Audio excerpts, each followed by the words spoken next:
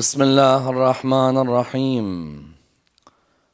الحمد لله رب العالمين، والصلاة والسلام على سيدنا وعظيمنا وحبيب قلوبنا وشفيع نفوسنا أبي القاسم محمد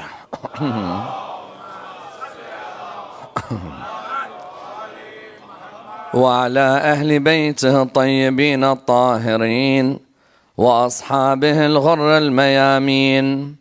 الحمد لله الذي جعلنا من المتمسكين بولاية سيدي ومولاي علي بن أبي طالب.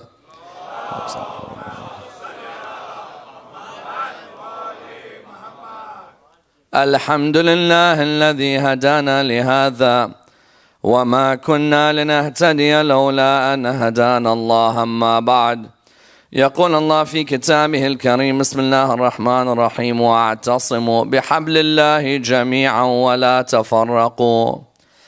The first of our salawat in honor of Rasulullah Muhammad sallallahu alayhi wa alihi wa sallam.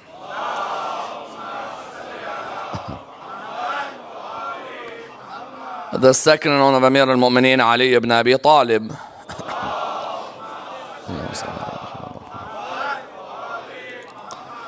The third with your loudest voices in honor of the Imam of our time, Imam Sahib al-Asr wa zaman. Allahumma salli ala Muhammad. Respected scholars, brothers and sisters, Assalamu alaikum wa rahmatullah wa barakatuh.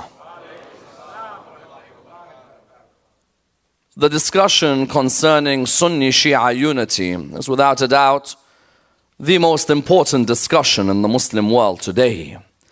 Indeed, a discussion that requires a thorough examination, for it's a discussion that affects the lives of over 1 billion people in this world, both young and old, and indeed male and female, from different backgrounds and different demographic circuits. You find that this discussion, without a doubt, requires a thorough analysis. For indeed, the state of the Muslims at the moment is a state which is very saddening. Wherever you look in the Muslim world today, you hear of disunity between the different schools of the religion of Islam. You hear that Sunni don't want to talk to Shia. Shia are attacking Sunni. And indeed, in different countries, there seems to be a hatred between the two schools. You look in Pakistan, for example, and you find that it's normal to hear that over the past 15, 20, 25 years in Karachi, it was normal to hear of killings that have occurred. That you hear, for example, in Parachinar and Peshawar and different areas where people who all claim to have said the Shahada, all claim to have said La ilaha illallah, they claim to have witnessed the prophethood of the Holy Prophet, yet still find it as normal to kill another Muslim and kill and actually expect a great reward from Allah subhanahu wa ta'ala. Likewise, you find that Pakistan is not the only place. One only has to look at Bahrain, for example, only recently, in seeing the killings between Sunni and Shia. One can look in Syria and see the killings between Sunni and Shia. And indeed, one finds that these killings occur recently even in countries you never expected. Kuwait used to have a fantastic relationship between Sunni and Shia, established by the likes of Sheikh Ahmed al-Wa'ili, may Allah bless his soul, who ensured that for 30, 40 years on the pulpits in Kuwait, there wasn't hatred between Sunni and Shia. You find that some members of the Kuwaiti royal family used to actually come to the Husseiniya or to the Imam Barga to listen to a majlis on the 10th of Muharram. And I even remember that Sheikh Zayed, if you go to the Emirates, Sheikh Zayed used to be of those who used to fund the food for the 10th of Muharram. Yes?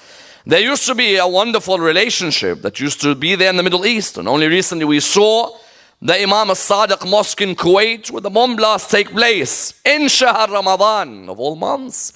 As in, when a person sees a Muslim willing to take another Muslim's life in the holy month of Ramadan, it really is a sad state of affairs. Because on the one hand, we're telling the world Islam is the religion of peace, which I believe is a sentence that doesn't ever make any sense. You find that that's just a Muslim's get-out clause of trying to describe their religion as a beautiful religion. You don't need to say it's a religion of peace.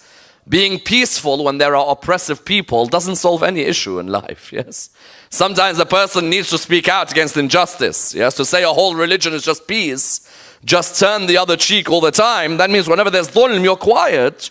No, Islam is not a religion of peace, but Islam certainly wants to advocate peaceful coexistence. Yes, you could say that.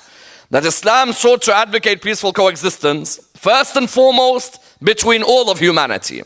يا أيها الناس إنا خلقناكم من ذكر وأنثى وجعلناكم شعوبا وقبائل لتعارفوا إن أكرمكم عند الله أتقاكم.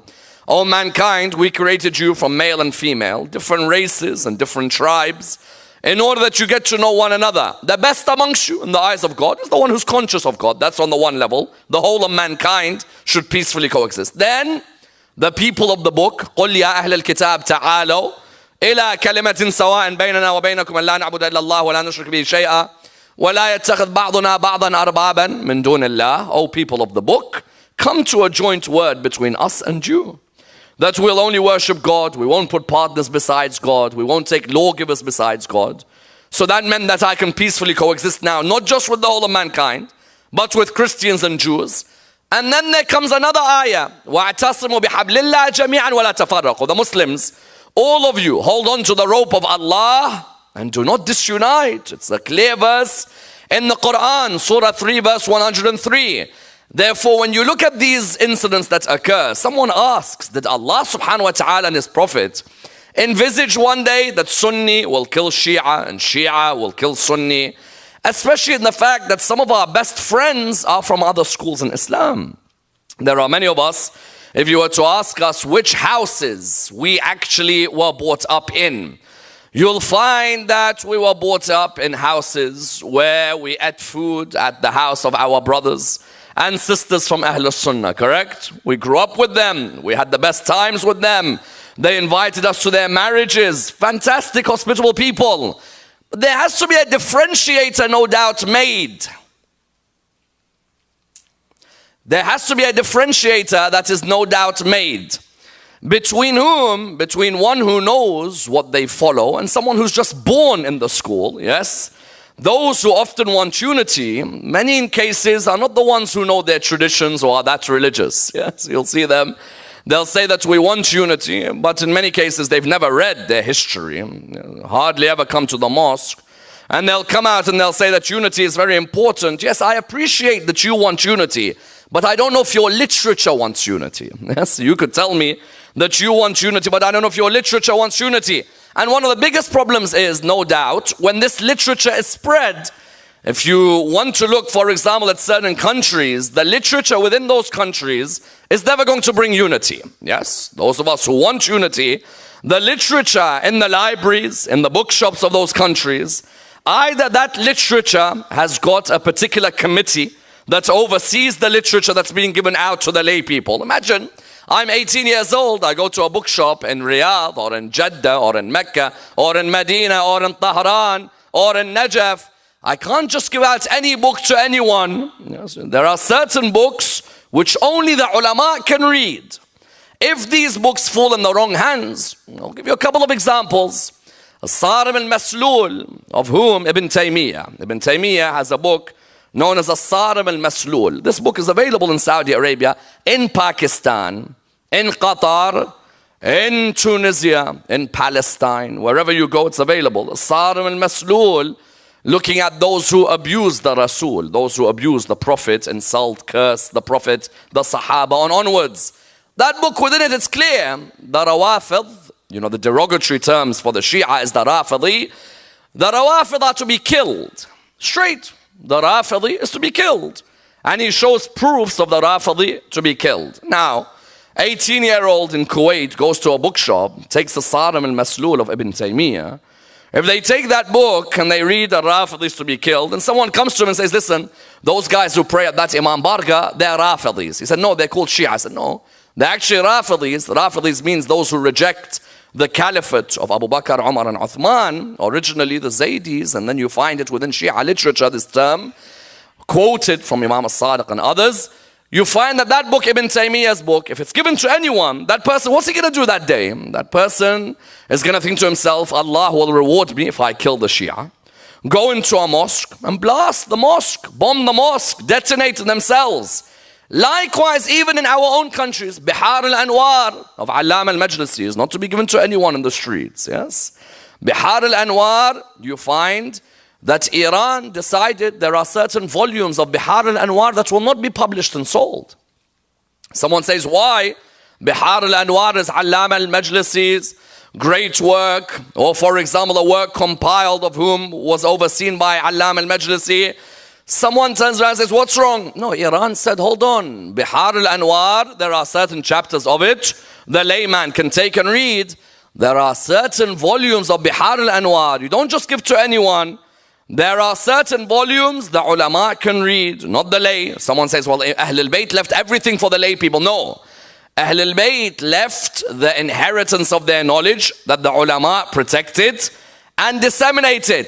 Of course, that brings up another issue. The difference between ilm and hikmah. You may be an alim, someone with knowledge, but no wisdom. That's another problem.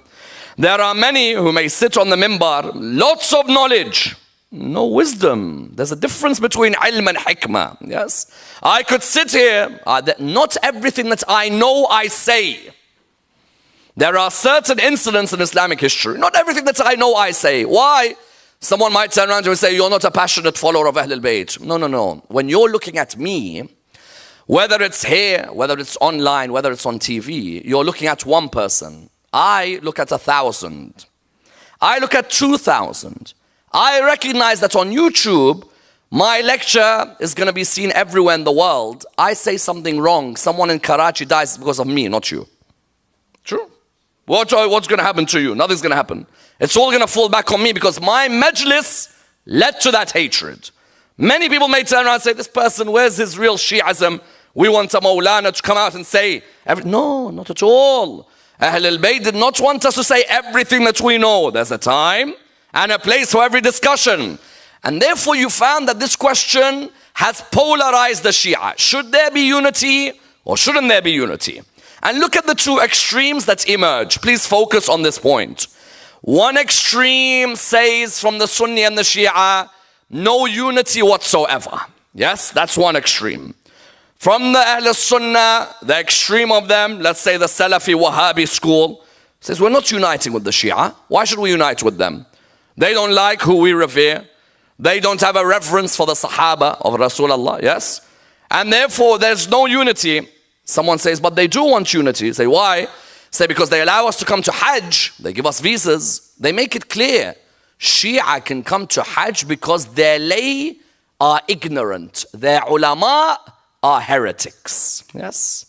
Up until recently, you found it was normal for your Ibn Bazes, your Uthaymeens, your Jibreens, your Al-Sheikhs of this world to say that, yes, we allow the Shia to come to Hajj because the lay of the Shia, those who come to Hajj, most of them are jahil.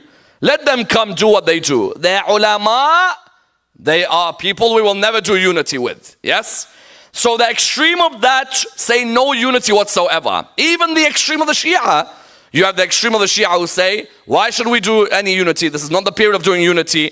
We should come out open with our beliefs. We have no interest in uniting with them. They love who they love, and we don't want to sit on the table with the people who love such personalities. And they'll have television channels, because today the world is more dangerous than ever before. One television channel with the wrong speaker, given the microphone, can light up and burn a whole country. Yes? Television channel, one extreme said that we've got television channels, Sunni Shia, they say we have no interest in unity. Forget unity. Unity does not exist with each other. The other extreme, all they talk about is unity. Say, hold on a minute, where's your identity? Yes, you're Shia. No, everything is unity. So what do you mean everything is unity? Say, we won't talk about any of our history. Say, why? Say, because unity. Say, no, but it's our history. Yes, but for the sake of unity. We won't demonstrate for Bahrain or Pakistan. Yes, why? For the sake of unity. Say, what do you mean unity? Say, because our Palestinian brethren, they are being oppressed as we could see every day. And that means we'll go and demonstrate. Well, you say, but hold on, the Pakistani Shia being oppressed, there's 100 of you in the demonstration. And there's 15,000 of you in the other demonstration. Yes. They say, no, everything is unity. No more la'na. Say, with no need for la'na anymore. Yes, so they'll recite Ziyarat Ashura and they'll stop at the la'na part. No more. And then with adhan, I'm telling you, I know mosques, I've traveled around the world, I'll tell you. Adhan, when the adhan comes, Ashhadu anna Muhammadan Rasulullah, ashhadu anna Muhammadan Rasulullah, then after that, hayya ala salah. Yes, say why? Say unity. Okay, no problem. When it comes to the, for example, the martyrdom of Fatima al-Zahra, let's just talk about her life and what lessons you can learn. You say, hold on a minute, but part of her lesson was the oppression that she faced.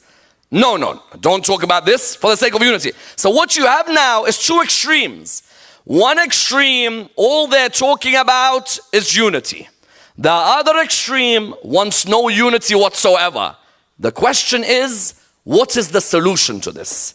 How do we define unity in the 21st century? Because unless someone answers and addresses this issue, and our children, all they're going to do is be killing each other. Yes, nothing else. All you're going to see is children grow up, have hatred for one another, no love, no respect whatsoever. Tonight, I'd like to examine this ayah. Hold on to the rope of Allah, all of you, and do not disunite. I'd like to examine it in order that we're able to define the meaning of the word unity in Islam. And what does unity mean between Sunni and Shia today? And I'd like to examine this in the following stages. Number one, why was this particular ayah revealed? And what happened between the Muslims in Medina that angered the Holy Prophet when he saw them fighting each other? Number two, is it all right for us to stop practicing our law for the sake of unity? Number three, should we stop talking about history for the sake of unity? Number four, and of the utmost importance, what is the definition of unity between Sunni and Shia? And what are the steps that have been taken by the ulama of the past and the ulama of the present to ensure that the correct meaning of unity was established? And number five, which hadith in Sunni and Shia literature should be the hadith that is used to bring Sunni and Shia together? And how can we apply that hadith in our lives today? Let me examine this in order that we understand the meaning of Shia, Sunni unity. Surah 3 verse 103 says, hold on to the rope of Allah and do not disunite. Many turn around and say this is the clearest meaning of unity. That Allah subhanahu wa ta'ala never wanted the Muslims to disunite. Why was this particular verse revealed? The Holy Prophet, when he was in Mecca, was trying his hardest to bring people towards the religion of Islam. In Mecca, he was lucky if 100 odd people came towards the religion. Utbah bin Rabi'ah, Walid ibn al-Mughira, Abu Sufyan, they were working diligently to make sure that no one became a Muslim. The Holy Prophet would go, for example, to Ta'if. He'd try and invite people to Islam. If the people weren't coming in Mecca, let me go somewhere else and invite them to Islam. They weren't listening. Mecca wasn't listening. He would even go to the markets and the fairs. He'd sit there, he'd openly preach Islam. No one was listening. One year, a particular group of people from Medina sat with him in Hajj and listened to what he used to say. You know, Hajj used to happen in the days of Jahiliyyah, yes? Because remember, these Arabs used to still believe that they believe in one God, but the idols are the representation of God. And that's why shirk is not just believing in more than one God. Shirk, polytheism, is also making one God 100 images. Yes? Because sometimes someone comes to me and says, there are certain religions, you say they're mushrik, they're not mushrik, they believe in one God. What do you mean? Say, well, they believe in one God, but look how many images they made of that God. That's still shirk. You found that what happened was, there was a group of people in Medina. These people would come for Hajj. Hajj in those days was a 40-day season. When it was a 40-day season, what type of Hajj would they do? They'd go around the Kaaba naked, for example. There was no ihram on. People would go tawaf naked. You found, for example, that they would sacrifice the animal and throw the blood on the Kaaba. They'd gossip, they'd backbite around the Kaaba. Until what happened was, when these people came from Medina, who were they? They were Yemenis who had come from Medina, from the Qahtani tribes. These Yemenis had left Yemen a long time back, 100 years or so back. because Yemen economically was very weak. They left Yemen and they came where? They came towards Medina. When they came to Medina, their hope was that Medina was flourishing, so they'll become powerful in Medina. But Medina was controlled by the Jewish community. Yes? Banu Qurayza, Banu Qaynuqa, Banu Nadir. The Jews had a stranglehold on Medinian society.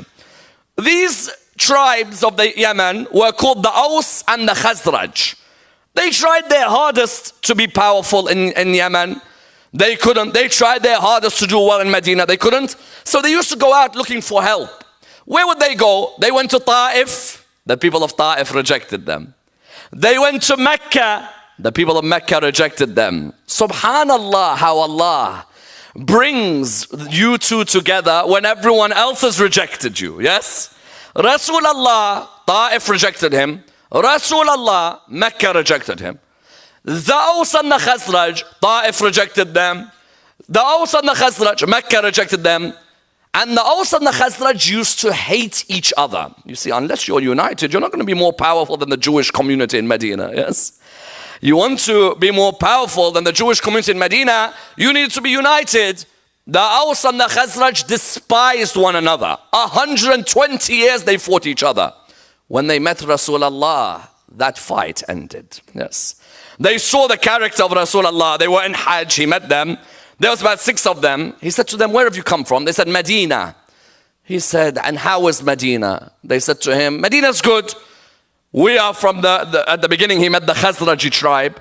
We are the Khazrajis originally from Yemen. The people of Yemen are good people. Yes, Imam al-Hussein, one of the options he had if he didn't go to Karbala was the people of Yemen would help him. Yes?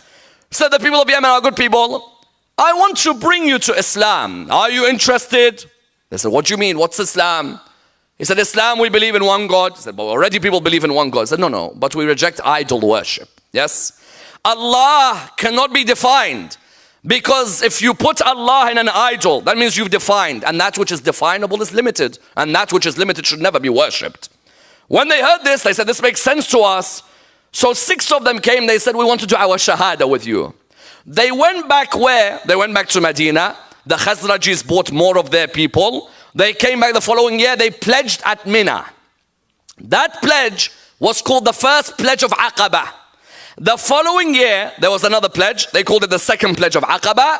75 had come, men and women, pledged to Rasulullah. The woman, of course, couldn't pledge with their hand on hand. Yes? So what the woman would do, for example, is either go to someone and tell her that I want to pledge to Rasulullah, or they put their hands in water. Rasulullah puts his hand in water, and that would be seen as a pledge. The water would be a connector. So when these people came, they accepted Islam. Rasulullah sent Mus'ab bin Umair with them. Mus'ab bin Umair, what was his role? I'm going to go to Medina. I'm going to unite these new Muslims. The Aus and the Khazraj, 120 years used to fight each other. 120 years. And now they become Muslims. What's going to happen? Is their hearts going to change or no? Are they still going to have hatred between each other? Mus'ab bin Umair done a phenomenal job. And you know, Mus'ab bin Umair was one of the great companions of the Holy Prophet, peace be upon his family. Mus'ab bin Umair was the richest convert to Islam. His mum, when he wanted chocolate, she would send someone on horseback to Yemen to bring him chocolate. That's quite a luxury, I think you'd agree, yes? Imagine now your child says, Daddy, I want chocolate. You say, okay, we'll send someone on a plane to go to Geneva and bring us back some chocolates. Yes, you'd have to be quite wealthy for something like that to happen, yes? You found that Mus'ab bin Umair went there. He brought them to where? He brought them towards the religion of Islam. When he brought them to the religion of Islam, you know what was so beautiful when he brought them? He brought them towards the religion. He removed the hatred that existed. And Allah said that their hearts were softened. And He told the Prophet, money could not buy when I softened the hearts of the Muslims to love each other. Yes? Because for Muslims to unite, the hearts have to be humble, not the words. Yes? The hearts have to say that, you know what? Enough is enough. We should be cooperating. We are brethren of one another. You found that in Medina, Rasulullah united these two. One day, the Jews were unhappy. Then how are these Muslims getting so strong? Yes, firstly, Muhammad is the head of the state. Secondly, not only is he the head of the state, but also his Aus and Khazraj used to fight each other while we had become so powerful. The Aus and the Khazraj now, they are so strong because they're united.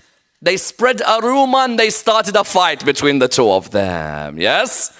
What was the fight? One day one of the Aus was told that the Khazraj are saying they have better Sahaba than the Aus. He's like, what?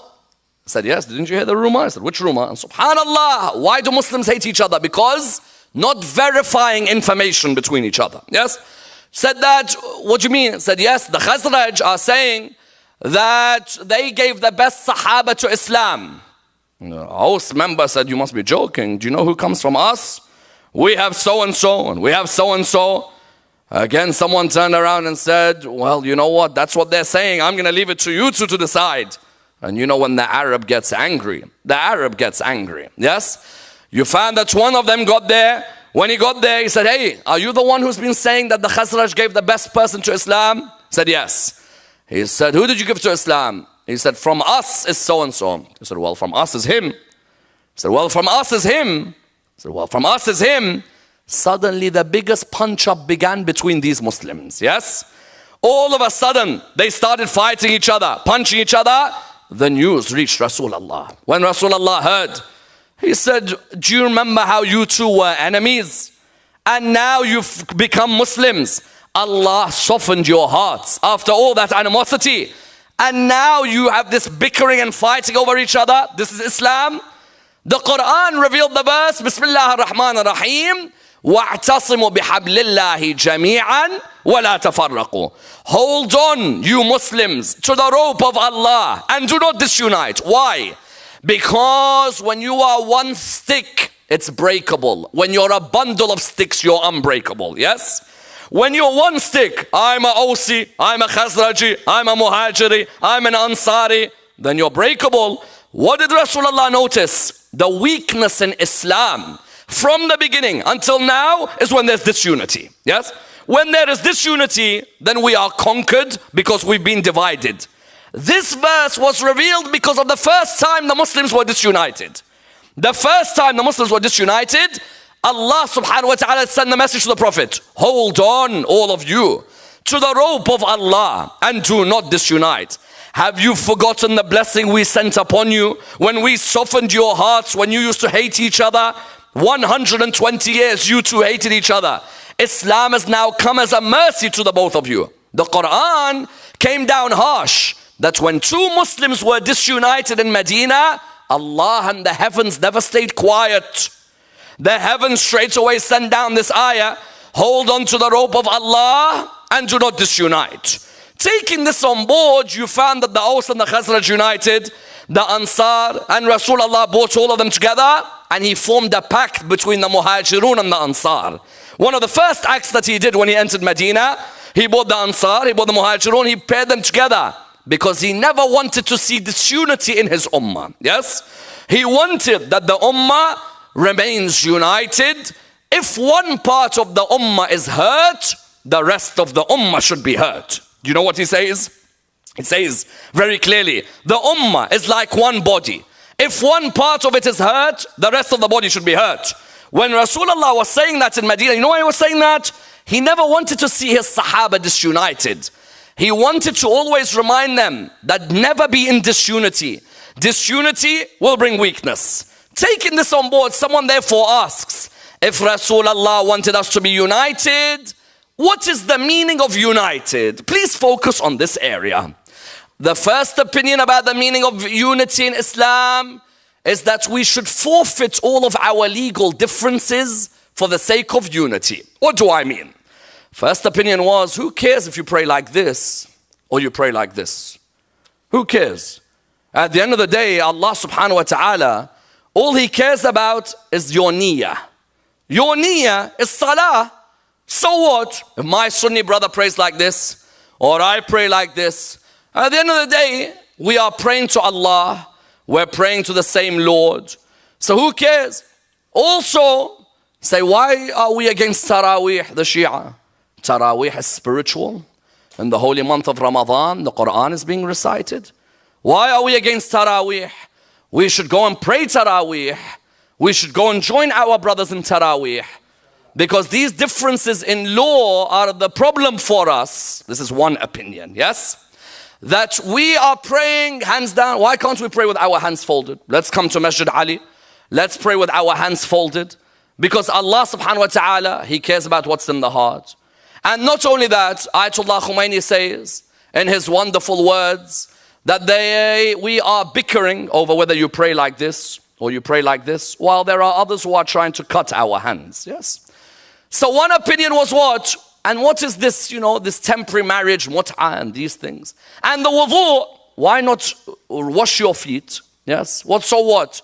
Wash your feet, because at the end you want unity. And unity means that we forfeit the laws, we forget the laws, because Allah cares more about our heart. That's not the right meaning of unity. Let me reject this meaning quite quickly for you. Firstly, where do I get my laws from? Me, as a follower of Ahlul Bayt, who gives me my laws? Yes? As in, when I get my laws as a follower of Ahlul Bayt, firstly, I recognize and appreciate that you may have different legal schools, no doubt.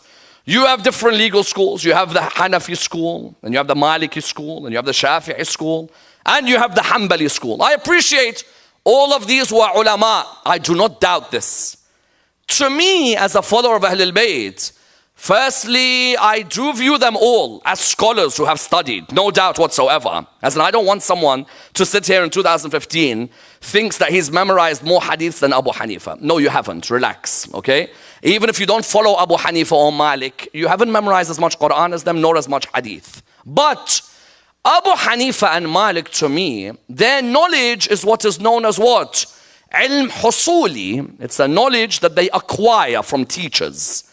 Whereas Ja'far as-Sadiq's knowledge is ilm huduri, immediate from Allah subhanahu wa ta'ala. Yes? Now, why do I believe this? Because I believe that Imam as-Sadiq inherits from Imam al-Baqir, from Imam Zain al-Abidin, from Imam al-Hussein, from Imam Amir al-Mu'mineen, from the Prophet, from Jibreel, from the heavens. Yes? So now when I have a way of praying, I pray like this, not because I want to disunite with you, my brother. Yes? I pray like this because I am taking from the teacher, you're taking from the students. Abu Hanifa is a student of Imam al-Sadiq. Malik is a student of Imam al-Sadiq. Both of them admit that they're students. Abu Hanifa says, لَوْلَا السَّنَتَانِ لَهَلَكَ النُّعْمَانِ. If it wasn't for my 2 years with Ja'far as-Sadiq, I would be perished. Therefore, someone comes and tells me, but come on, why don't we just fold our hands? I'll explain to you why not. Firstly, Malik, you know the 4 schools of fiqh, the Maliki school pray with their hands by their side. It's not just me. I'm a Ithna Ashari Shia.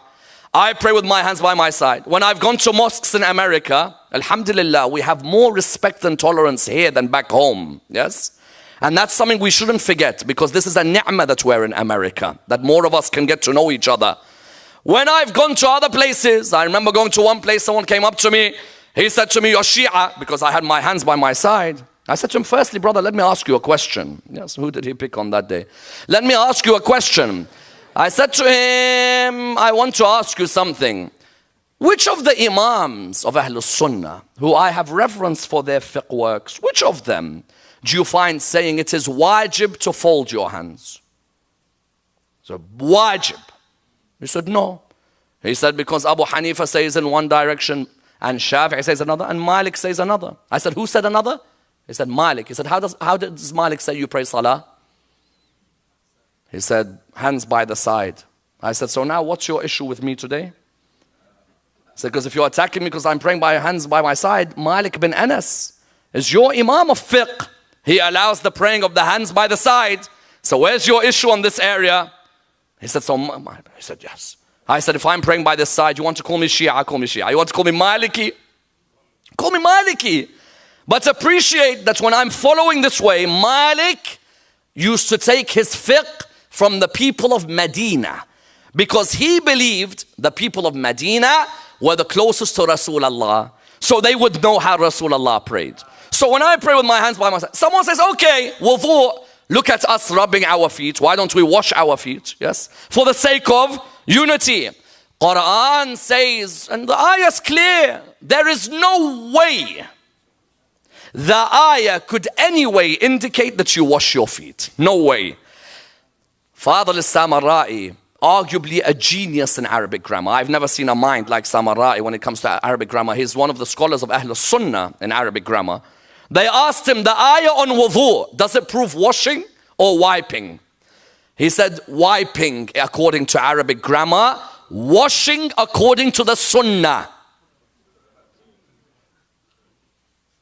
Wiping according to Arabic grammar, washing according to Sunnah. I say to him, Dr. Fadl, you know Sunnah cannot override Quran. Yes? And so here what do you find? You find the Quran says, يا أيها الذين آمنوا إذا قمتم إلى الصلاة فاغسلوا وجوهكم وأيديكم إلى المرافق وامسحوا برؤوسكم وأرجلكم إلى الكعبين. Surah 5 verse 6. Oh, you who believe, when you rise for salah, wash your face, wash your hands, wipe your head, wipe your feet. I asked one of our brothers, I said to him, it says wipe. He said yes. And please respect these opinions that I'm giving. This is not a majlis for humor. I'm not here to humor anyone. I'm speaking about the feelings of 700 million people in the world. I said to the brother, I said to him, it says wipe. He said, but washing includes wiping. I said, yes, but brother, that could mean also, if Allah says 100 lashes for zina, I can turn around and say, okay, I'm going to lash 200 because I've done my 100 and another 100 to punish. You can't.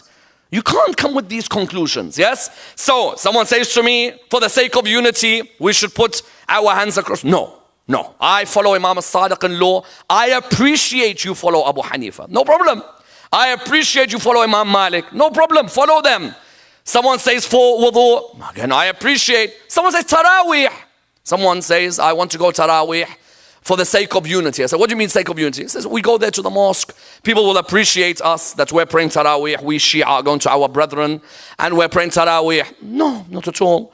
Taraweeh and the school of Ahl al-Bayt is haram. Again, who do I take it's haram from? Imam al-Sadiq.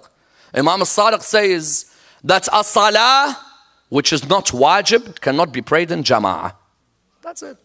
Except salat al-istisqa, which is for rain. That's a severe case. Otherwise, I say that my dear brother Umar himself said, Umar ibn Khattab said, this Taraweeh is a good bid'ah. It's a good innovation. You want to pray Taraweeh, it's completely up to you. I don't have a problem. But I'm not going to forfeit my legal system for the sake of unity. Yes? No doubt, I'm going to put it to the side. Ahl al-Bayt do allow, for example, Ahl al-Bayt say that if we're going to a mosque, let's say, and we feel there's a danger while we're at that mosque, there are times you don't pray with the turba. There are times that even extreme cases, extreme where your life is under threat, there is applicability. But on the general, someone says, okay, this mut'ah, this temporary marriage that you have, this is something we shouldn't do for the sake of unity. I say, no, the Rasulullah allowed the mut'ah. His companions would ask him, can we engage in a temporary marriage or do we castrate ourselves? This is in Sahih al-Bukhari, by the way. He said, no, get married even for a few days. There is no problem. It's a temporary marriage. Okay, so when I'm now having a legal school, that legal school isn't for me to disunite. That legal school is for me to say, هذا رأي جعفر الصادق. هذا رأي أبو حنيفة. هذا رأي مالك. All of them have their opinions. I respect my brothers of other schools' opinions, but I must admit, for me, Imam al-Baqir and Imam al-Sadiq, nobody comes near them when it comes to jurisprudence. That's on the one hand. The second opinion about unity was what? The second opinion about unity was, let's not talk about our history, because history causes us trouble. Why not? You just find a group of people saying, don't talk about Fatima al-Zahra, how she died. Yes? Just say Fatima, these are the lessons to learn from the daughter of Rasulullah's life. That she was humble, she was tolerant, she was respectful. That's all. Don't talk about Ghadir. Don't talk about Saqifa. Don't talk about Jamal. Don't talk about Siffin. Don't talk about Karbala. Firstly, what's there left to talk about? You might as well take my whole history away. Secondly, the Quran gives us a manifesto in life that learn from history. Yes. How many times in the Quran? Every second ayah. And remember Fir'aun. Allah subhanahu wa ta'ala seems to like to talk about history, yes? And remember Fir'aun, and remember Yusuf, and remember Nimrod, and remember Adam, and remember Nuh, and remember Musa. Remember Musa is mentioned more than Rasulullah in the Quran. The Quran has come to the Prophet. Most of the Quran is about Musa.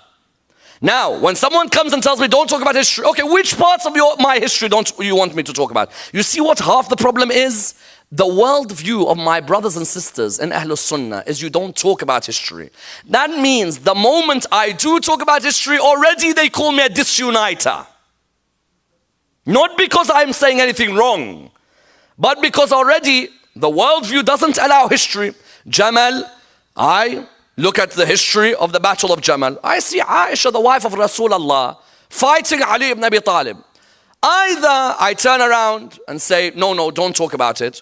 But one day my kids are going to ask me, they're going to say to me, how is it 25 years after Rasulullah died, his wife is fighting the fourth Khalifa?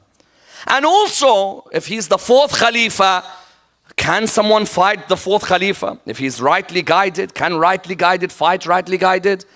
But I do it in a manner of respect. Yes. Likewise, the Battle of Siffin. I want to discuss it. Someone says, don't. This is fitna. I said, why? I say, did not Rasulullah say, Ali ma'al haq wal haq ma'ali? Did not Rasulullah say, Ammar bin Yasir, taqtiluka al-fi'at al-baghiya, Ammar will be killed by infidels? Can't I discuss? Someone says, don't discuss the martyrdom of Zahra. Why? Said, because you're going to alienate our brothers and sisters from Ahlul Sunnah. My dear brothers and sisters, they love Fatima al-Zahra as much as I love Fatima al-Zahra. And they have as much right to know about Fatima as I do. My brothers from Ahlul Sunnah and sisters, in their lectures they say, Fatima is a part of me. Whoever angers her, angers me, Rasulullah said. Likewise, you look in Sahih al-Bukhari, the hadith is clear as day. Fatima died angry with Abu Bakr and did not want him to be at her funeral. And she wanted to be buried secretly in the night. Now, what if I just want everyone to pause over here for a second. There's a difference in the way I've said this and the way someone else may say it. Others may sit on the minbar, wait for the crowd to go hilarious and jumpy. You haven't come to an entertainment theater. You've come to an academic institution known as Minbar al-Muhammad.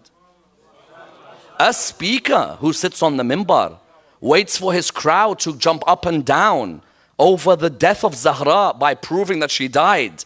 That person, someone should sit him and say, Maulana, Lashkar Jangvi Sipa Sahaba, you may hate them, dislike them. Ultimately, they revere the man who was involved in the incident of the door. If you're going to mock him for 45 minutes, then someone's going to die in Karachi streets. But if you now explain, look, Bukhari says Fatima died angry with Abu Bakr. The daughter of Rasulullah is buried secretly in the night. No one knows where she is buried until today. Does not that make people think that is said in a manner of respect? My brother from Ahlul Sunnah might turn around and say, well, you know what? I agree that she died angry with Abu Bakr, but I reject that there should be any problems between Muslims over this issue. No problem. But don't tell me I can't discuss it. Why? Because the less I discuss it, the less my children will ever know what happened to Zahra. What do I mean? I met someone from Dubai, from the Shia of Dubai. Yes? The local Shia of Dubai, I personally have never seen a stand from them for Ahlul Bayt in my life. Yes, they've built a couple of mosques. There's certain things you hold back from saying. Shia can't have majalis in Dubai now for two reasons. Either the Maulanas who stupidly cause trouble in Dubai. You've come to lecture in Dubai and you want to attack people who the Dubai royal family revere. What's wrong with you, Maulana? What's wrong? What's wrong? You have ilm and no wisdom. What's wrong with you? Don't you think how the Shia will live after you leave? But the second reason is because the Shia of Dubai, taqiyya the whole time. Their children don't even know what they believe. I met one of them in Houston. He said to me, you know, Sayyid Ammar, I grew up, I didn't know what I believed. All we knew, yes, Muharram, Shahar Ramadan. Other than that, don't talk until eventually. Do you know how many people in India and Pakistan are followers of Ahlul Sunnah, originally were Shia families? Why? Not just because of taqiyya, because extreme taqiyya, where they never wanted their children to talk. When I come here and I sit on Mimbar, I talk about how Fatima Zahra died. What's the issue? And Saqifa, why can't I talk about Saqifa? Saqifa, Rasulullah was being buried. Abu Bakr and Umar went. And they went to do what? They went to elect a leader. Election, when most of the Sahaba are not there. Then Umar was appointed by Abu Bakr. Then Uthman was appointed by 6 people in a house. I can't talk about this. When a Palestinian child dies 60 years ago, we have to have 1,000 lectures on the child. But when Zahra's door is burnt, everyone has to stay quiet. Why? Why can't I talk? Is that not the family of Rasulullah? You love them. Our brothers of Ahlul Sunnah love Rasulullah's family as much as we do. But the sad thing is that for the sake of unity, you've got people saying, don't talk about Ghadir. And how will they ever know about Ali ibn Abi Talib's wilaya? How? But when you talk about these, comes the third meaning of unity. What is it? Talk about it, but recognize that firstly you talk with them as you'd want to be spoken to. Yes. Many times us Shia complain that look at that speaker from Sipa Sahaba or Lashkar or the Wahhabis. Look at the way they talk about Ahlul Bayt. Well, sometimes you have to look at the way our speakers talk about them. Yes. First point about unity. Talk in a way where you love for your brother what you love for yourself. Yes? That is my Muslim brother at the end of the day. If I see them stuck in a situation, I won't call them Sunni or Shia. I'll stop there and I'll defend them. Because the Quran says, إِنَّمَا الْمُؤْمِنُونَ إِخْوَةً. The believers are brothers of one another. So now the first point about unity is what? That we talk about our history, we talk about our laws, but we talk to our topics the way we'd want to be spoken to. Number one. Number two, the second point about unity is that we are tolerant that there are other schools in Islam that see history different from the way I see it. Yes? I have to be tolerant of this. Not everyone sees Saqifa the way I see Saqifa. The way I see Saqifa, I see that Abu Bakr and Umar went and were more concerned with an election than were concerned with what was happening with the Prophet. Someone might turn around and say, but they had to appoint a Khalifa. I say, I find it interesting that they knew it's important to appoint a Khalifa, but Rasulullah didn't. But still, I recognize that their opinion about Saqifa, or I recognize that my brothers and sisters from Ahlul Sunnah, when they look at an issue, the lens they look through is not infallibility. When I look at an Imam's action, I look through Asma. My brothers in Ahlul Sunnah say, wait, if Rasulullah can make mistakes, everyone else is going to make mistakes. If Rasulullah can make mistakes, then Ali will make, and Abu Bakr will make, and Fatima will make. Because they say Rasulullah himself, the chosen man. My view on Asma, my brothers and sisters in Ahlul Sunnah's view on Asma is different. I must be tolerant of the fact not every Muslim sees the world the way I see it. Thirdly, I must recognize in the sake of unity, my brothers from Ahlul Sunnah and sisters, many of them don't even know what I know, and I have to be aware of that. What do I mean? In the Friday khutbah, there's no mention. You can't mention Aisha versus Ali. You can't. The Imam will get sacked. Even Karbala, do you remember the Syrian Mufti on YouTube a few years ago who said for years they never told us about Imam al-Hussein? Why? Because Imam al-Hussein was a Shia issue. Imam al-Hussein is for all Muslims. Why did you not tell us? Believe you me, many of our brothers and sisters in Ahlul Sunnah, many are not told what happened to the family of Rasulullah. Many aren't made aware. Number four, the fourth point about unity is what? Our brothers and sisters in Ahlul Sunnah have as much heritage in theology and law and history as we do. And we should never forget that. What do I mean? For every Shaykh al-Saduq that we have, and for every Shaykh al-Tusi, and for every Allam al-Hilli, and for every Shaykh al-Mufid, and for every Sharif al-Murtada, they also have scholars who they revere, whether it's the likes of Ibn Hajar, whether it's the likes of Suyuti, whether it's Ahmad bin Hanbal, whether it's the Shafi'i, whether it's Malik, whether it's Abu Hanifa, whether it's Qastalani, whether it's, for example, Ibn Majah, whether it's Nasa'i, whether it's Abu Dawood. For every bit of heritage that they have, we have. You can't turn around and generalize about a whole school.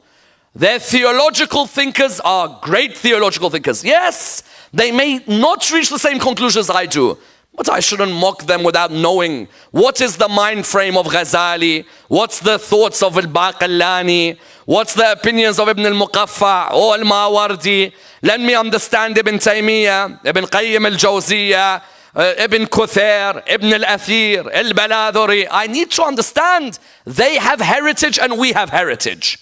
But what was important for our ulama was when they discussed with the ulama of Ahl Sunnah, there was always akhlaq, even if there was no akhlaq back. Allama al-Hilli Ibn Taymiyyah lived in the same time. Allama al-Hilli, you know, Ibn Taymiyyah's book, Minhaj al-Sunnah, is a reply to Allama al-Hilli's work. They used to exchange letters with each other. Allama al-Hilli used to talk to him by saying, respected Sheikh. Respected Sheikh. Allama al-Hilli, they would call him, they would name him al-Mutahhar, yes? Al-Mutahhar, son of the pure. You know how Ibn Taymiyyah would write back to him? Ibn al-Munajjas, son of the Najas, son of the impure. Did Allama al-Hilli turn around and say, they called us Najas, tomorrow, Majlis, 8th night Muharram, I'm going to attack the whole of Ahl Sunnah? No. Respected Sheikh, replying back to your point. Because Imam al-Sadiq's akhlaq is always above everybody else's. Al-Muhammad, where they differ with everybody else, in the face of difficulties, their akhlaq is always the same. That's not to say there weren't ulama of Ahl Sunnah who never had that type of akhlaq. You mentioned Sheikh Mahmoud Shaltut, head of Al-Azhar, who helped in the formulation that there are 5 schools of fiqh, not 4. He is the one who's head of Al-Azhar, not Shia. He said there is Hanafi, Maliki, Shafi'i, Hanbali. You look at the great works of the likes of Jawad Mughniya, Sharaf al-Din al-Musawi, great ulama of Ahl al-Bayt who tried always taqreeb between the schools of Islam. Never did they ever have disrespect. No, they said we tolerate, we recognize there's another opinion on history, we have our own theology, but that doesn't mean we'll ever disrespect or show arrogance to any other school. You found likewise others who came forward. Look at Ayatollah Sistani. Our Sunni, the brethren, when he's talking about Iraq, he said Sunnis are not our brothers, they are our souls. Yes? Ayatollah Sistani, when he says something like this, you know why? Because he knows that this fire is about to light in Iraq. Yes? The Shia being massacred, that Spike massacre that took place, 1,700 died in one day. That massacre, Ayatollah Sistani Khavizi said, they've killed us, go and kill them. No, no. They are not our brothers, they are our souls. Yes, someone might say the context of what he said it is a different context. Does not matter. The point is that when we have the mimbar, and that's where the important point comes. When Imam Zayn al-Abidin had the mimbar in Sham, when he had that mimbar, the first thing he said in his khutbah, this lecture is what? Firstly, the intention of it is the rida Allah, the pleasure of Allah, not the pleasure of Zayn al-Abidin. Secondly, Islah al-Ummah, to bring reform and peace in the Ummah. A mimbar or a majlis that is not for Allah and not to bring peace in the Ummah is more destructive to Ahlul Bayt than anything else. When you see a speaker sit on the mimbar and their aim is to cause destruction between the Muslims, we said unity doesn't mean I forget my history, nor I forget my law.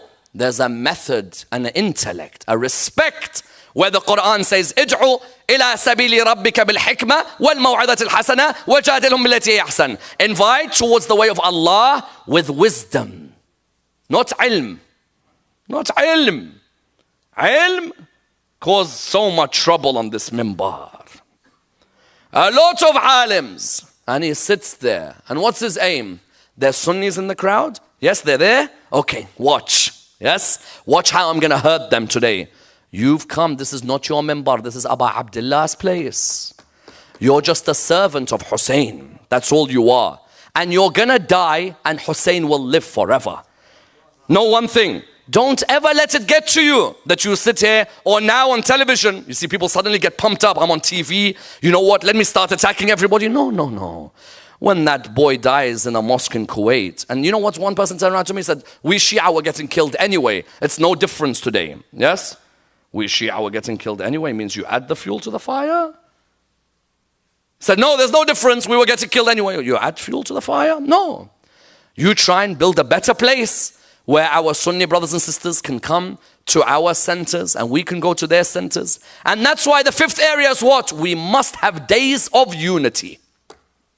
May Allah bless the soul of Ayatollah Muntadhari. And the way he mentioned how important the week of the birth of Rasulullah is a week of unity between the ummah. The 10th of Muharram should be a day of unity between the followers of Ahl al-Bayt, because it's Hussein who unites us.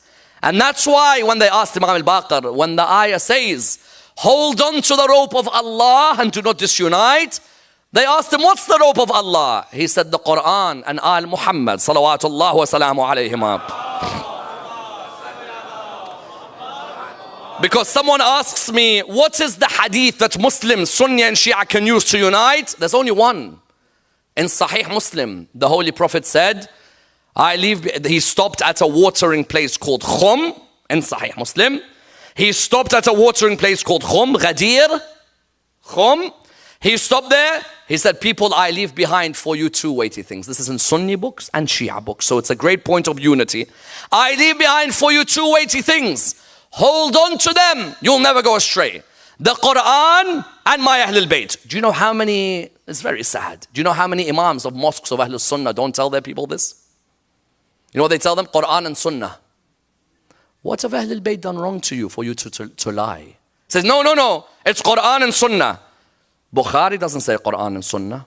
Muslim doesn't say Quran and Sunnah. Nasa'i doesn't say Quran and Sunnah. There's only once Malik in his Muwatta has a hadith where he says Quran and Sunnah. And we don't reject Quran and Sunnah. But Rasulullah on the day of Ghadir, what did he say?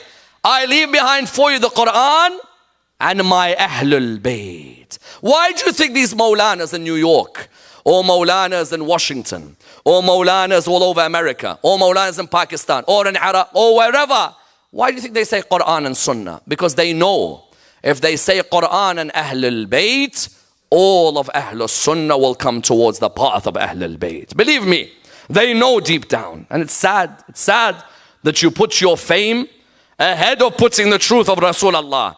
Sahih Muslim, Google it tonight. I leave behind for you the Quran and my Ahlul Bayt. The Prophet said, hold on to them, you'll never go astray.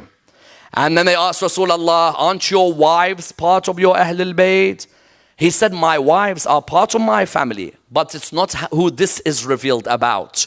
This is revealed about those members of my family who cannot take zakat. Yes? Can't take sadaqah. And then after that, they asked him, who are your Ahlul Bayt? He said, the sons of Ali. Ali and his sons. Aqil and his sons. Ja'far and his sons. Abbas and his sons.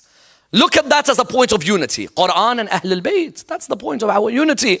There is no other point. I'll tell you the story. It happened to me in Saudi Arabia. To conclude, I was in Saudi Arabia. Whenever I go for Hajj, I love going to the Wahhabi bookshops. Yes?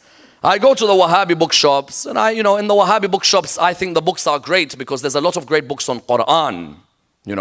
Our brethren there in Saudi Arabia, very strong on Quran, nothing on Ahlul Bayt, nothing.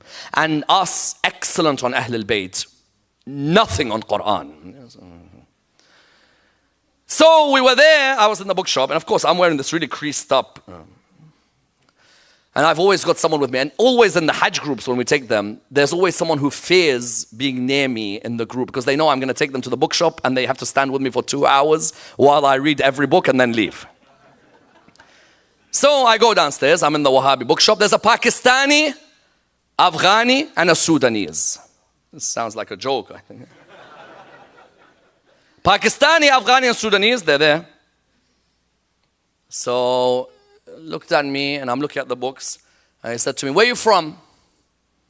I said, I'm from Iraq. He said, Shia? I said, yes. So what did he do? He went, he started beating his chest. He's like, I'm like, yes, it's better than suicide bombing. At least I only harm myself. So he started laughing, I started laughing. It was good conversation. You could tell that they were just migrants who were working in a bookshop. He said to me, brother, I want to advise you. Everyone wants to advise me, yes? He said, brother, I want to advise you. So what is it? He said, you have to hold on to the Quran and the Sunnah. I said, hold on to what? He said, Quran and Sunnah. I said, where's it written? He said, what do you mean? So where's it written that it's Quran and Sunnah?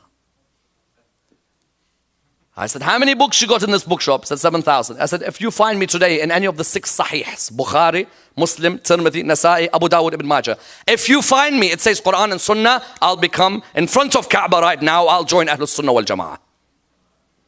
He said, then what is it? Please understand what happened. Please bear with me.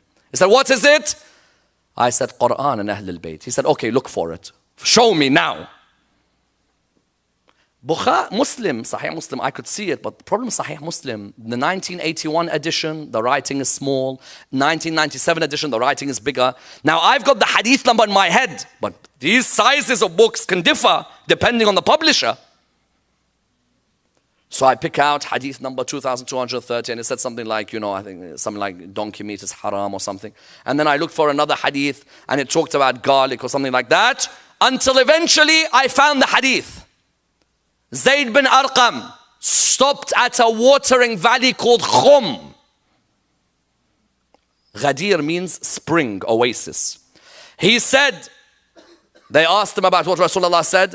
So he said that the Prophet stopped at a watering valley called Khum. And he said, oh people, I leave behind for you 2 things. First proof, Ghadir Khum. Second proof, last sermon of Rasulullah was at Ghadir Khum, not at Hajj. Third proof, I leave behind for you the Quran and my Ahlul Bayt.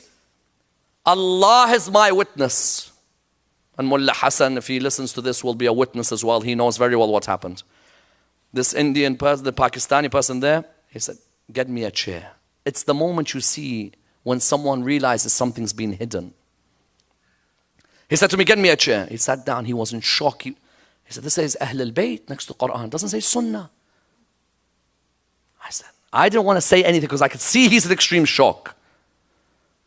Saudi walked past. And he walked past. He said, what are you discussing? I think he overheard. So I said, we're discussing Hadith al-Thaqalain.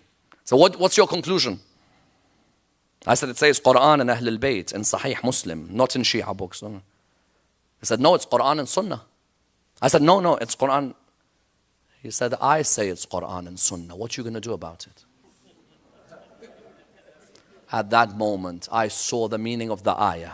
لَقَدْ خَلَقْنَا الْإِنسَانَ فِي أَحْسَنِ تَقْوِيمٍ ثُمَّ رَدَدْنَاهُ أَسْفَلَ السَّافِلِينَ.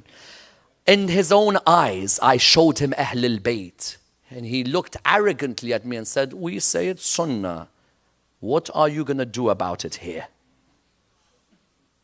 Sometimes people see the haqq of Al-Muhammad in front of them. Whether they accept it or not is up to them. I showed him in Sahih Muslim, in Saudi Arabia, not in Iran, not in Iraq. And he just looked at me and said, so what? What are you going to do about it? And he said in Arabic the exact words, غَصْبًا عَلَيْكَ. And only the Arabs here will know what that means.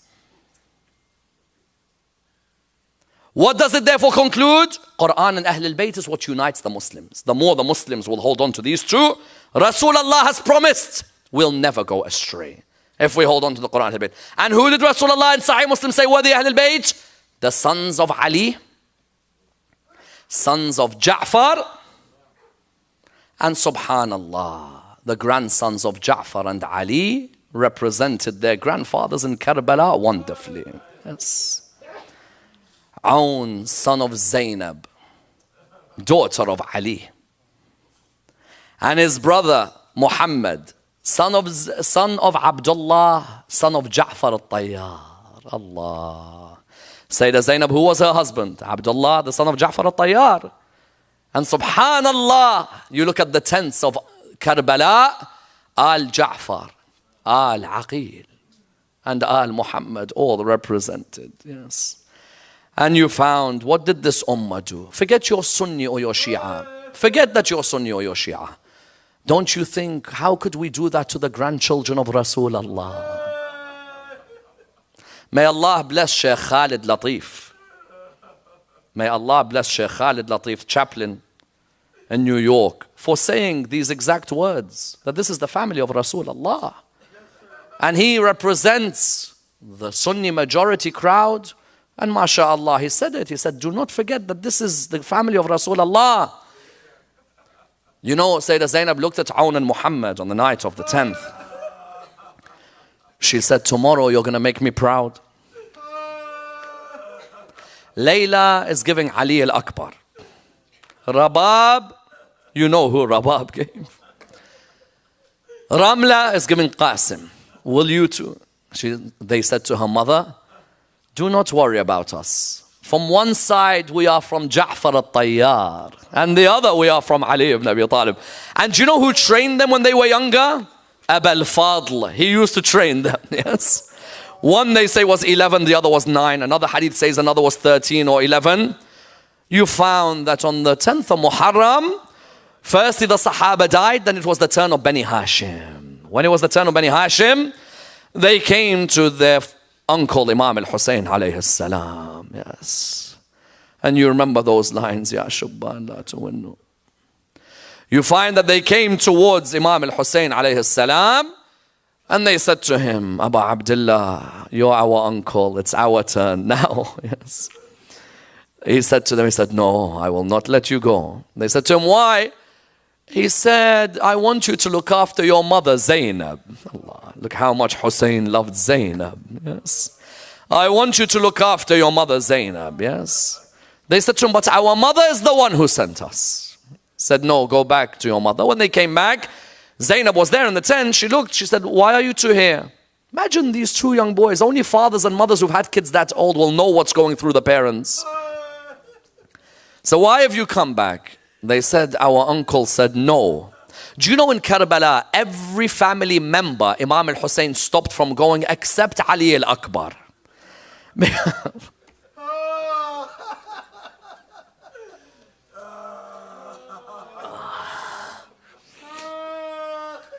Except Ali al-Akbar, because he had nothing to say to Ali al-Akbar. He loved Ali al-Akbar, yes? And I'll come to Ali al-Akbar soon. But with the other sons, he said to them, he said, I want you to go back to your mom. So she said to them, okay, stay here. Let me go to Abu Abdullah. She said, Abu Abdullah, why didn't you allow them to go? He said, because I want someone to look after you when I go.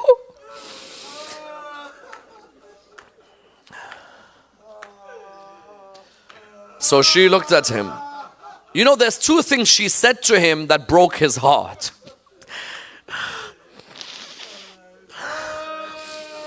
And what a soft heart he has. The first thing she said to him is, do you remember in Siffin when Abbas came out, he was young? He said to her, yes. She said, do you remember our father, he was smiling when he saw Abbas come out young?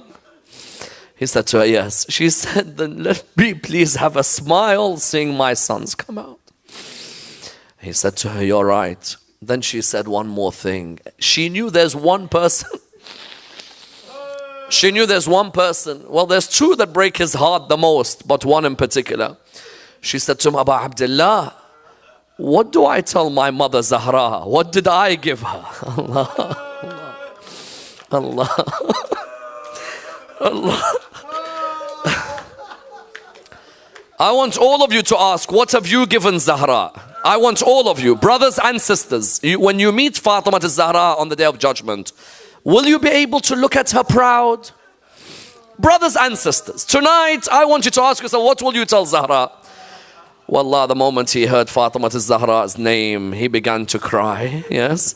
Because all she said was, I want to meet my mother Fatima and say, I gave. I said to her, I want to say to her, Zainab, you gave in Kufa. Zainab, you gave in Sham. Yes.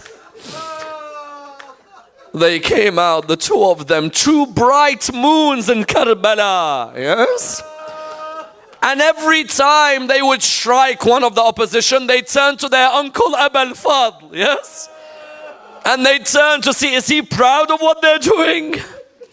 Until someone came towards them, yes? Because Umar bin Sa'ad said, don't attack them one-on-one. Even if they are children, they are the grandchildren of Ali and Ja'far. All of a sudden, someone came and attacked Awn. Muhammad tried to get in his way. And all of a sudden someone attacked Muhammad and Aoun tried to get in his way. When Aoun fell on the ground, he called out, Assalamu alayka ya Sayyidi Aba Abdullah. Imam al-Hussein came to the body of Aoun. He said by him the final words that Aoun said to him break the heart. What did he say to his uncle? He said to him, Uncle, are you proud of the way that we fought? He said to him, yes, my nephew, of course I am. He said to him, Uncle, I want to tell you one thing. I want to tell you one thing. He said, what is it? He said, we never drank from the water of Furat. Please tell our mother Zainab, how can we drink from the water while Aba Abdullah is thirsty? How can we drink from the water while our mother sits in the tent with no water next to her? Do you know the narrations what they mention? They mention that when Imam al-Hussein took Aoun and Muhammad back, Zainab stood still. She never cried. Yes. You would think the mother would explode. No, she stood still. Why? There was a reason. In Karbala, she never cried for them. Then in Kufa, she never cried for them. In Sham, she never cried for them. Back to Karbala, she never cried for them.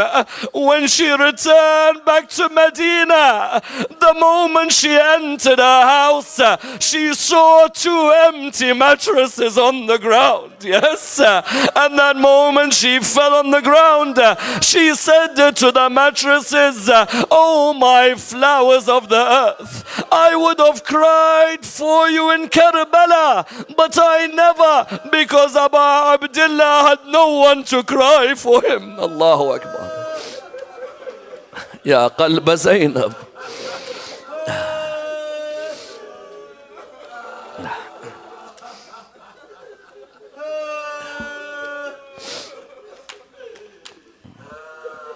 Inna lillahi wa inna ilayhi raji'un. May Allah bless all of your tears. We pray to Allah subhanahu wa ta'ala to raise us with Muhammad and Al Muhammad. Ya Allah, unite the Muslim Ummah. Ya Allah, bring unity on the Quran and the Ahlul Bayt. Ya Allah, let us have tolerance and respect of one another's history and heritage. Ya Allah, unite us upon the love of Imam al-Hussein alayhi salam, the flesh of Rasulullah sallallahu alayhi wa alayhi. Ya Allah, this masa'ib I dedicate to Sayyida Zainab bin Sham. Ya Allah, allow us to visit Sayyida Zainab alayha salam. We pray to Allah subhanahu wa ta'ala with the Surah Al-Fatiha, but before it the loudest of your salawat. To ask us which houses we actually were brought up in. You'll find that we were brought up in houses where we ate food at the house of our brothers and sisters from Ahlul Sunnah, correct? We grew up with them. We had the best times with them. They invited us to their marriages. Fantastic, hospitable people. But there has to be a differentiator, no doubt, made. There has to be a differentiator that is no doubt made. Between whom? Between one who knows what they follow and someone who's just born in the school, yes? Those who often want unity, many in cases are not the ones who know their traditions or are that religious. Yes, you'll see them. They'll say that we want unity, but in many cases they've never read their history, hardly ever come to the mosque. And they'll come out and they'll say that unity is very important. Yes, I appreciate that you want unity, but I don't know if your literature wants unity. Yes, you could tell me that you want unity, but I don't know if your literature wants unity. And one of the biggest problems is, no doubt, when this literature is spread, if you want to look, for example, at certain countries, the literature within those countries is never going to bring unity. Yes, those of us who want unity, the literature in the libraries, in the bookshops of those countries, either that literature has got a particular committee that oversees the literature that's being given out to the lay people. Imagine, I'm 18 years old, I go to a bookshop in Riyadh or in Jeddah or in Mecca or in Medina or in Tehran or in Najaf. I can't just give out any book to anyone. Yes, there are certain books which only the ulama can read. If these books fall in the wrong hands, I'll give you a couple of examples. As-Sarim al-Maslul, of whom Ibn Taymiyyah. Ibn Taymiyyah has a book known as As-Sarim al-Maslul. This book is available in Saudi Arabia, in Pakistan, in Qatar, in Tunisia, in Palestine, wherever you go, it's available. Sarim al-Maslul, looking at those who abuse the Rasul, those who abuse the Prophet, insult, curse the Prophet, the Sahaba, and onwards. That book within it, it's clear. The Rawafid, the derogatory terms for that affects the lives of over 1 billion people in this world, both young and old, and indeed male and female, from different backgrounds and different demographic circuits. You find that this discussion, without a doubt, requires a thorough analysis. For indeed, the state of the Muslims at the moment is a state which is very saddening. Wherever you look in the Muslim world today, you hear of disunity between the different schools of the religion of Islam. You hear that Sunni don't want to talk to Shia. Shia are attacking Sunni. And indeed, in different countries, there seems to be a hatred between the two schools. You look in Pakistan, for example, and you find that it's normal to hear that over the past 15, 20, 25 years in Karachi, there was normal to hear of killings that have occurred. That you hear, for example, in Parachinar, in Peshawar, in different areas, where people who all claim to have said the Shahada, all claim to have said, La ilaha illallah, they claim to have witnessed the prophethood of the Holy Prophet, yet still find it as normal to kill another Muslim and kill and actually expect a great reward from Allah subhanahu wa ta'ala. Likewise, you find that Pakistan is not the only place. One only has to look at Bahrain, for example, only recently, in seeing the killings between Sunni and Shia. One can look in Syria and see the killings between Sunni and Shia. And indeed, one finds that these killings occur recently even in countries you never expected. Kuwait used to have a fantastic relationship between Sunni and Shia, established by the likes of Sheikh Ahmed al-Wa'ili, may Allah bless his soul, who ensured that for 30, 40 years on the pulpits in Kuwait, there wasn't hatred between Sunni and Shia. You find that some members of the Kuwaiti royal family used to actually come to the Husseiniya or to the Imam Barga to listen to a majlis on the 10th of Muharram. And I even remember that Sheikh Zayed, if you go to the Emirates, Sheikh Zayed used to be of those who used to fund the food for the 10th of Muharram. Yes? There used to be a wonderful relationship that used to be there in the Middle East. And only recently we saw the Imam al-Sadiq Mosque in Kuwait with the bomb blast take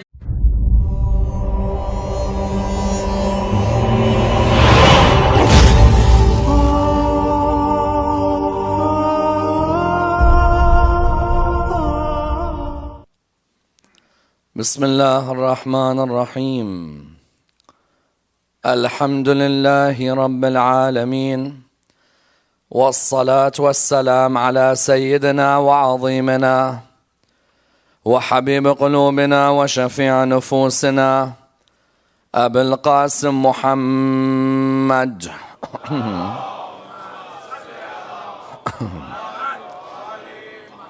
وعلى أهل بيته الطيبين الطاهرين وأصحابه الغر الميامين. الحمد لله الذي جعلنا من المتمسكين بولاية سيدي ومولاي علي بن أبي طالب.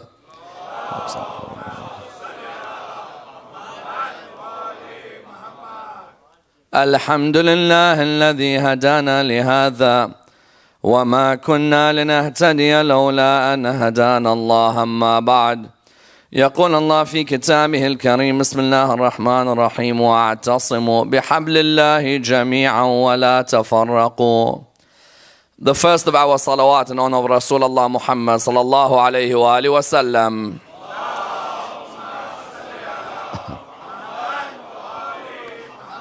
The second in honor of Amir al-Mu'mineen Ali ibn Abi Talib.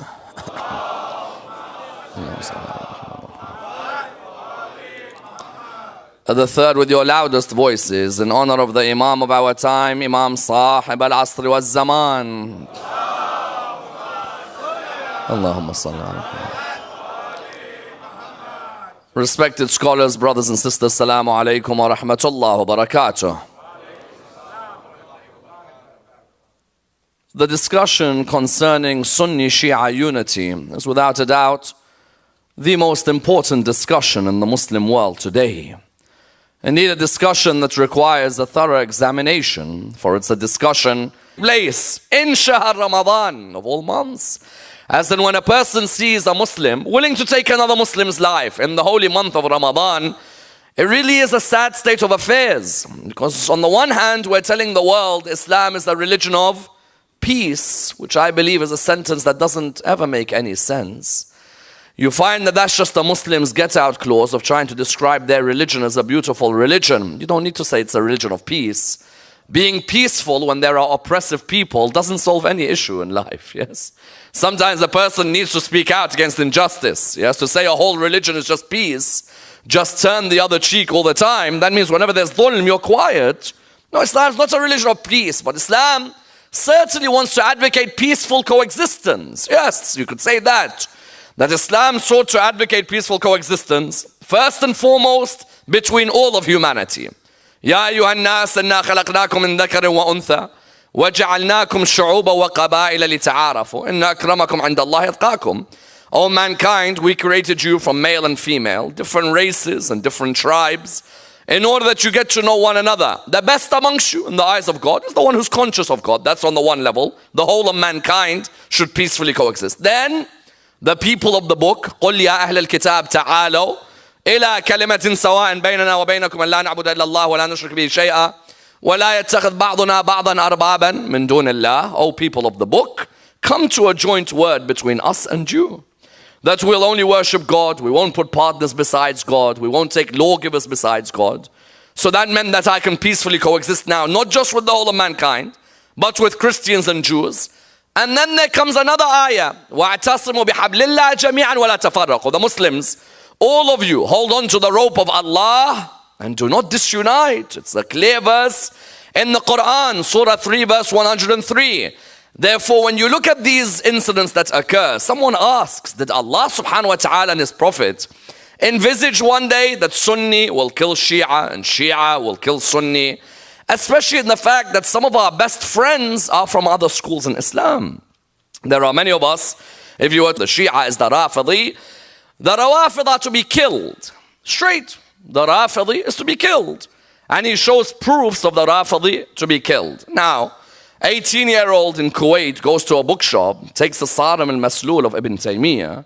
If they take that book and they read the Rafidis to be killed, and someone comes to him and says, listen, those guys who pray at that Imam Barga, they're Rafidis. He said, no, they're called Shia. I said, no, they're actually Rafidis. Rafidis means those who reject the caliphate of Abu Bakr, Umar and Uthman, originally the Zaydis, and then you find it within Shia literature, this term, quoted from Imam al-Sadiq and others.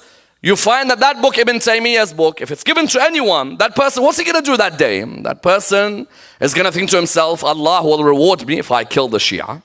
Go into a mosque and blast the mosque, bomb the mosque, detonate themselves.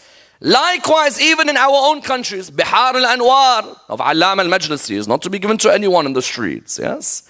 Bihar al-Anwar, you find that Iran decided there are certain volumes of Bihar al-Anwar that will not be published and sold. Someone says, why? Bihar al-Anwar is Allam al-Majlisi's great work, or for example, a work compiled of whom was overseen by Allam al-Majlisi. Someone turns around and says, what's wrong? No, Iran said, hold on. Bihar al-Anwar, there are certain chapters of it the layman can take and read. There are certain volumes of Bihar al-Anwar. You don't just give to anyone. There are certain volumes the ulama can read, not the lay. Someone says, well, Ahl al-Bayt left everything for the lay people. No. Ahl al-Bayt left the inheritance of their knowledge that the ulama protected and disseminated. Of course, that brings up another issue. The difference between ilm and hikmah. You may be an alim, someone with knowledge, but no wisdom. That's another problem. There are many who may sit on the mimbar, lots of knowledge, no wisdom. There's a difference between ilm and hikmah. Yes, I could sit here. Not everything that I know I say. There are certain incidents in Islamic history. Not everything that I know I say. Why? Someone might turn around and say, you're not a passionate follower of Ahl al-Bayt. No. When you're looking